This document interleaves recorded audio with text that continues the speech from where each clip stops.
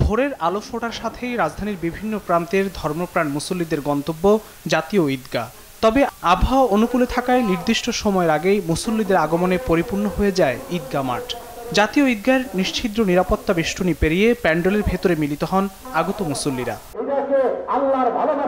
প্রধান এই ঈদ জামায়াতে শামিল হন রাষ্ট্রপতি মোহাম্মদ শাহাবুদ্দিন, প্রধান বিচারপতি ওবায়দুল হাসান, মন্ত্রিপরিষদ সদস্য, মেয়র, সংসদ সদস্য সহ ধর্মপ্রাণ মুসল্লিরা।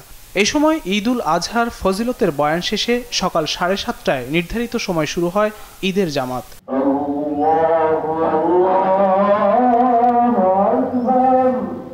বাইতুল মোকাররমের খতিব মুফতি মাওলানা রুহুল আমিনের ইমামতিতে খুতবা ও নামাজ শেষে দোয়ায় শামিল হন মুসল্লিরা। এ সময় ঈদুল আজহার ত্যাগের শিক্ষায় বিকশিত হোক শান্তি, এই দোয়া করেন তারা। আল্লাহ রক্ত চানা, মাংস চানা, আল্লাহ চাই তাকওয়া খোদাবৃত্তি। আমি আল্লাহর কাছে ফরিয়াদ করেছি এটাই যে ফিলিস্তিনিকে যেন মুক্ত করে দেয় আল্লাহ। কোরবানির যে শিক্ষা, আত্মত্যাগ যেন সবার মাঝে জাগ্রত হোক। শুধু তাই নয়, যুদ্ধ, দুর্যোগ কিংবা সামাজিক অস্থিরতা থেকে উত্তরণে প্রার্থনাও ছিল মুসল্লিদের কণ্ঠে।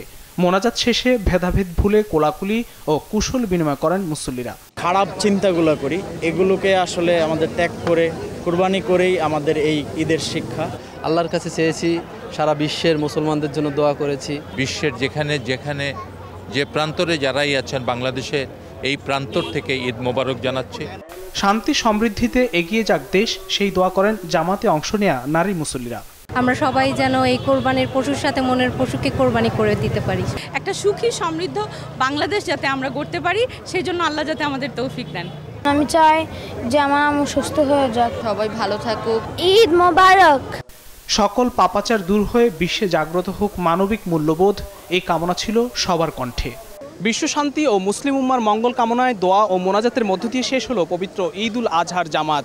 জামাত শেষে সৌহার্দ্য ও ভ্রাতৃত্ববোধের শিক্ষায় প্রতিষ্ঠিত হোক শান্তি, ঐক্য, হানাহানি, বিভেদ ভুলে ত্যাগের মহিমায় উদ্ভাসিত হোক বিশ্ব, এই প্রার্থনাই ছিল মুসল্লিদের কণ্ঠে। জাতীয় ঈদগাহ থেকে সবাইকে ঈদ মোবারক। ফখরুল ইসলাম, দেশ টিভি, ঢাকা।